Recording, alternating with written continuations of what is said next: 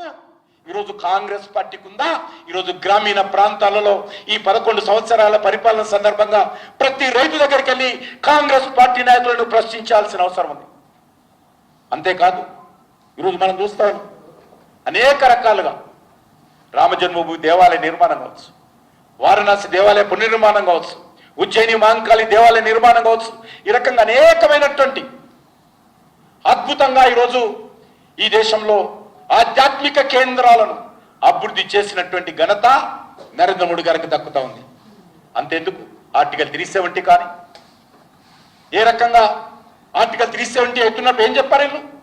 Congress party ఏమో మన దేశానికి ఇచ్చినటువంటి శాపము పాకిస్తాన్ యొక్క బెడద, కాంగ్రెస్ పార్టీ మన దేశానికి ఇచ్చినటువంటి శాపము ఆర్టికల్ 370, కాంగ్రెస్ పార్టీ మనకి ఇచ్చినటువంటి శాపము ISI, మనకి ఇచ్చినటువంటి శాపము ఉగ్రవాద కార్యక్రమాలు ఇంకా భరిస్తా ఉన్నాం.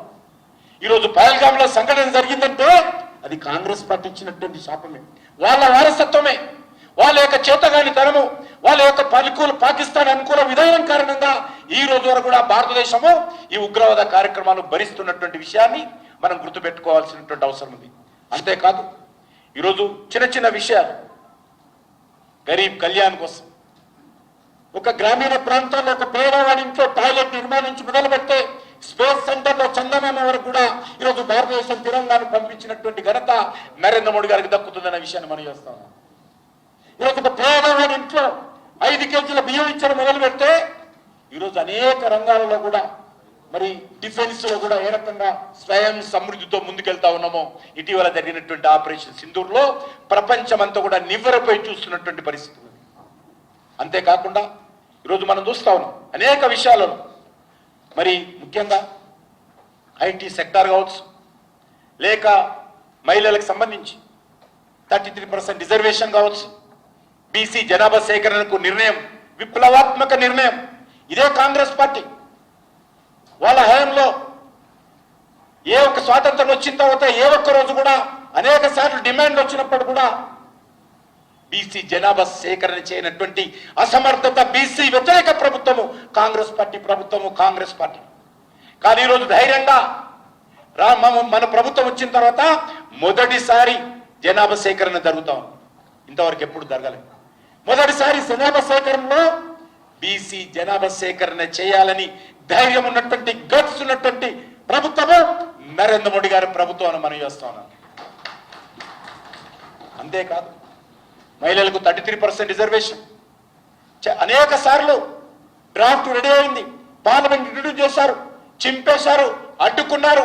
కానీ కాంగ్రెస్ పార్టీకి ఏ రోజు కూడా ఇందిరాగాంధీ మహిళా ప్రధానమంత్రిగా ఉంది, సోనియా గాంధీ UPA చైర్మన్ గా మహిళ ఉంటుంది. కానీ ఏ రోజు కూడా మహిళల కోసం కాంగ్రెస్ పార్టీ ఏ రోజు కూడా చేయలేదు.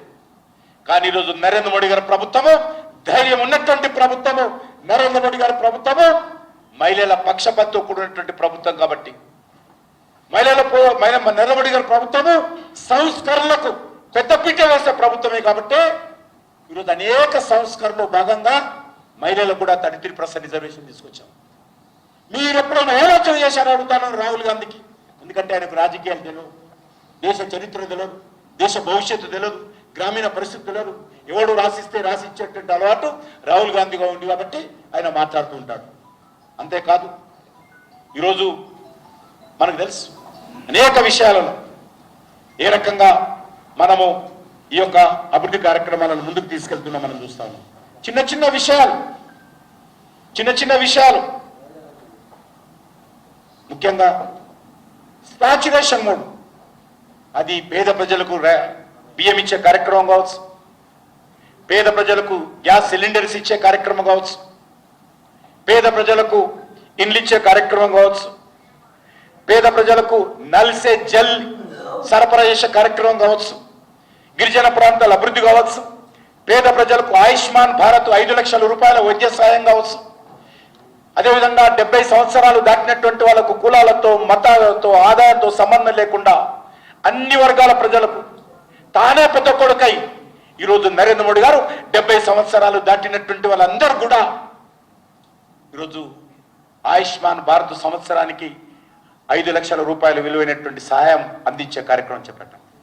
ఎందుకంటే కొడుకులు ఉద్యోగస్తులైనా, కొడుకులు ధనవంతులైనా వృద్ధాప్యంలో వచ్చిన తర్వాత తల్లిదండ్రులను పట్టించుకుంటలేరు. కాబట్టి వాళ్ళందరినీ చూడాల్సినటువంటి బాధ్యత నాది, నా ప్రభుత్వం అని చెప్పి నరేంద్ర మోడీ గారు ఎవరు అడగక ముందే ఆయనని స్వచ్ఛందంగా ఆలోచన చేసి ఈ దేశంలో ఉన్నటువంటి 70 సంవత్సరాలు దాటినటువంటి వాళ్ళందరికీ కూడా 5 సంవత్సరాల యొక్క ఆయుష్మాన్ భారత్ స్కీమ్ అమలు చేయడానికి నిర్ణయం తీసుకొని ఇంప్లిమెంట్ చేస్తున్నటువంటి ధైర్యం కలిగినటువంటి పార్టీ ప్రభుత్వము నరేంద్ర మోడీ గారి ప్రభుత్వం అని మనం చేస్తా ఉన్నాం.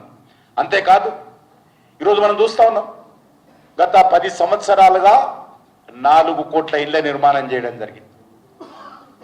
స్వాతంత్రం వచ్చిన తర్వాత ఇంత పెద్ద ఎత్తున ఇళ్ల నిర్మాణం చేసినటువంటి ఘనత నరేంద్ర మోడీ గారికి దక్కుతుంది.